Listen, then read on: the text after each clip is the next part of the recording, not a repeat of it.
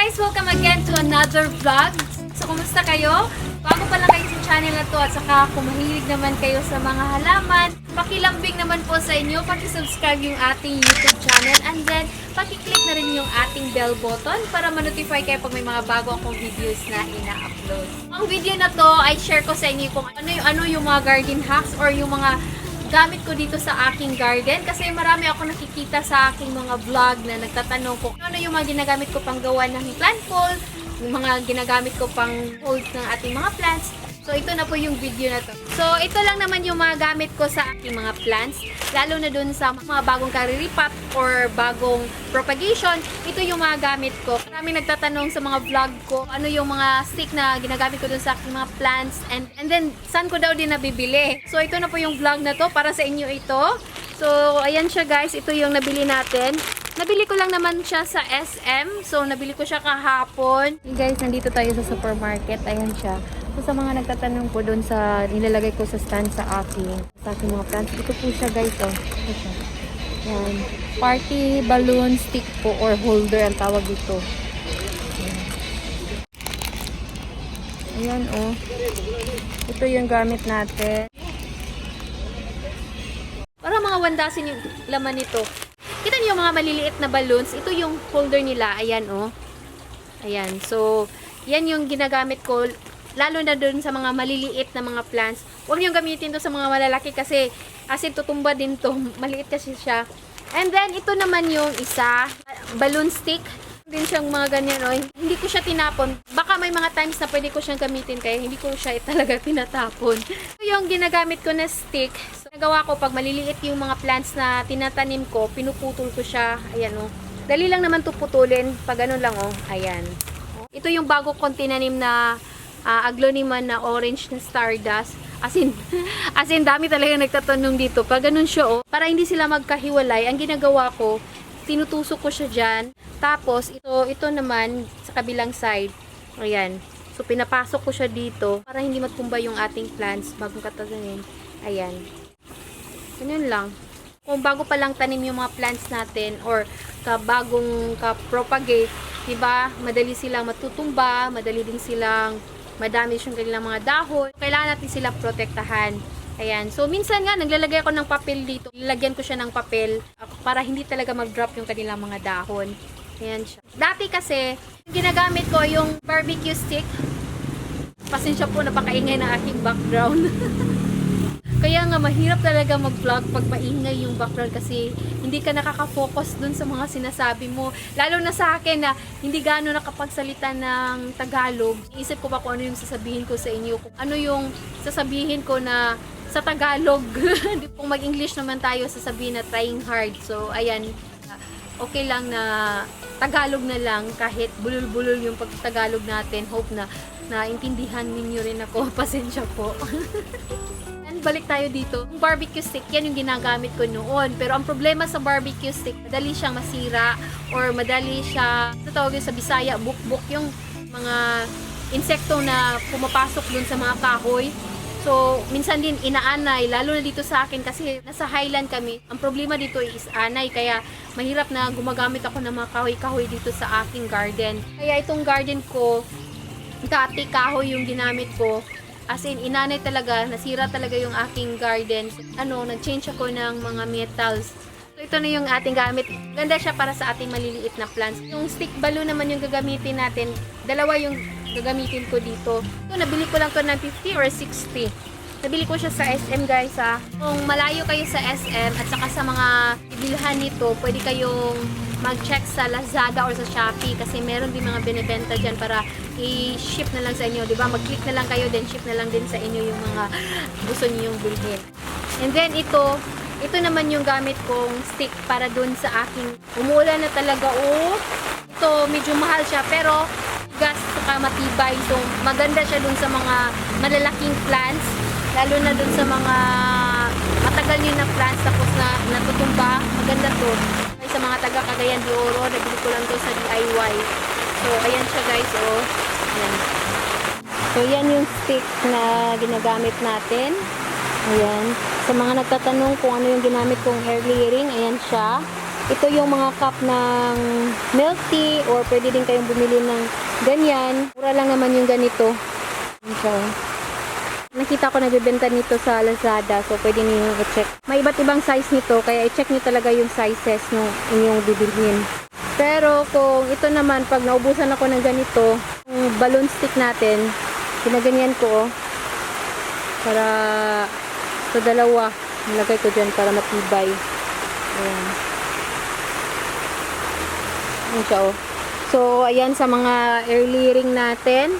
So, ito yung ginagamit ko. Yung mag-reuse or mag-recycle, pwede yung mga milk tea cup, huwag yung itapon. Gagawin niyo yung pang, ayan, oh, pang early ring. Uy, kita nyo guys, may mga ano na siya, oh. May mga panibagong roots na. So, kita ko na maraming roots na. Time na talaga mag-ano na tayo. Ay!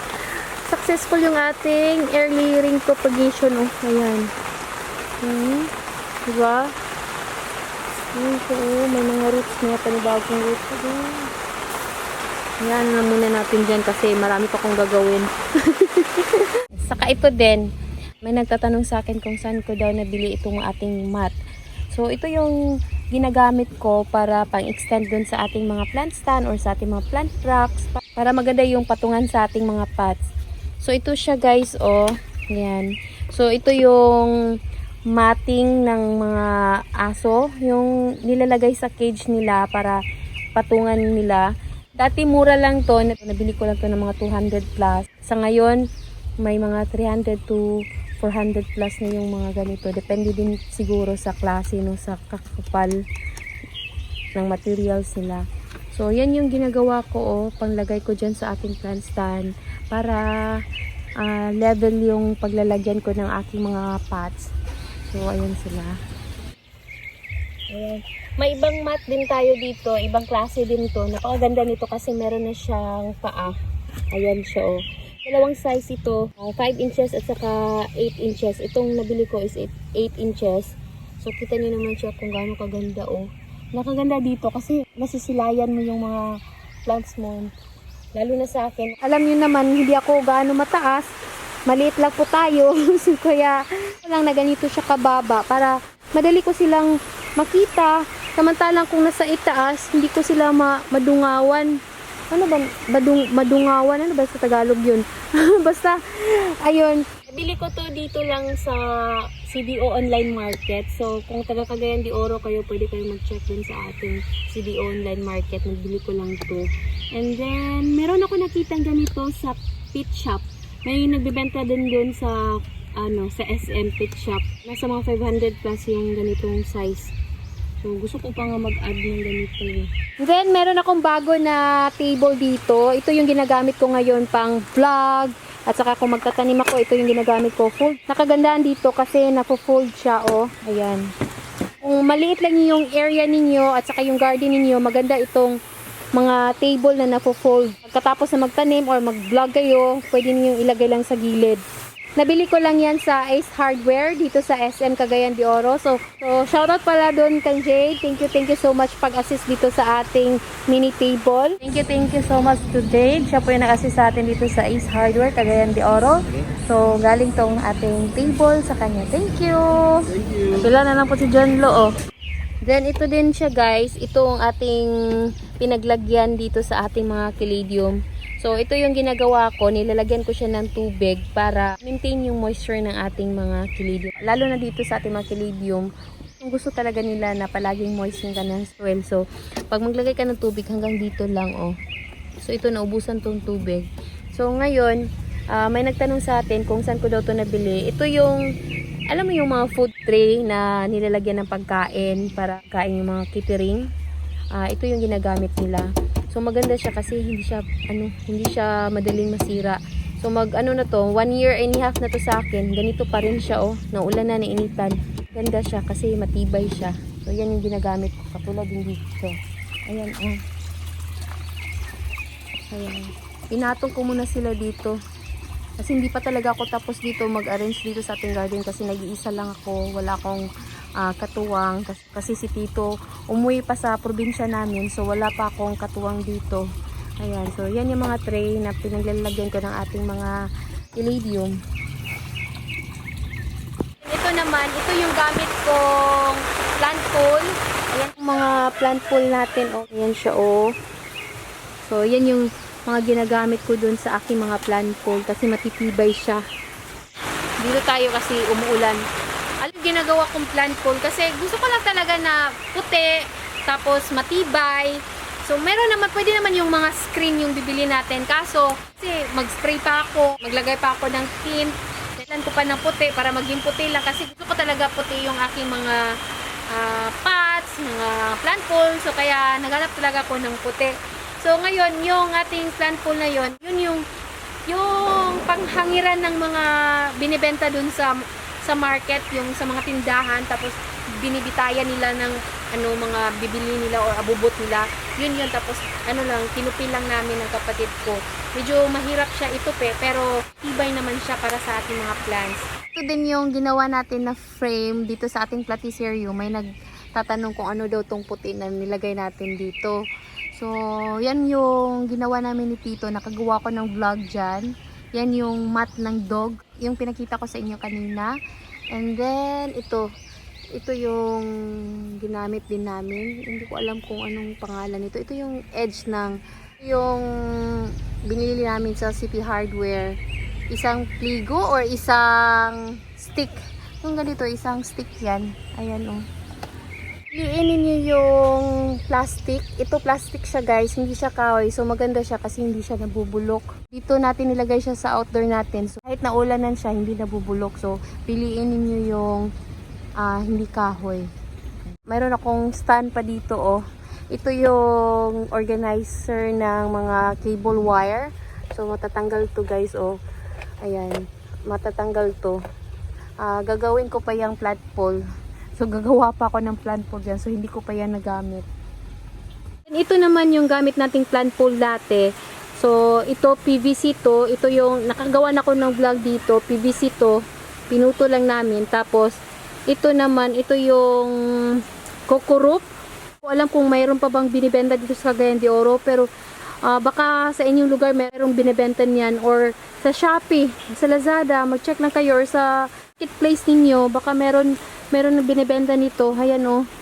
Proof siya. Tapos, ikot-ikot lang namin yan para dyan gagapang yung mga plants. Yan, katulad yan, oh. Diba? Kung may mga tanong kayo, pwede kayo mag-comment dyan sa ating comment section para at least alam ko naman kung ano-ano yung mga tinatanong niyo. Pero saan yung mga message ninyo or yung mga tanong ninyo na spam. So, hindi ko talaga ma-replyan. So, pasensya po sa mga hindi ko na-replyan. Nakita ko na medyo marami-rami na rin yung nagtatanong. Ginagawan ko talaga ng vlog para at least man lang na lahat kayo malalaman nyo rin kung ano yung mga ginagawa ko dito sa aking garden. Ayan, umulan na talaga, guys. So, that's all for now. At sana may natutunan kayo sa vlog na to. So, shoutout po sa mga bago kong viewers at sa mga old followers ko. Thank you so much po sa panunood ng aking mga vlog. So, see you in my next vlog. Thank you! Bye!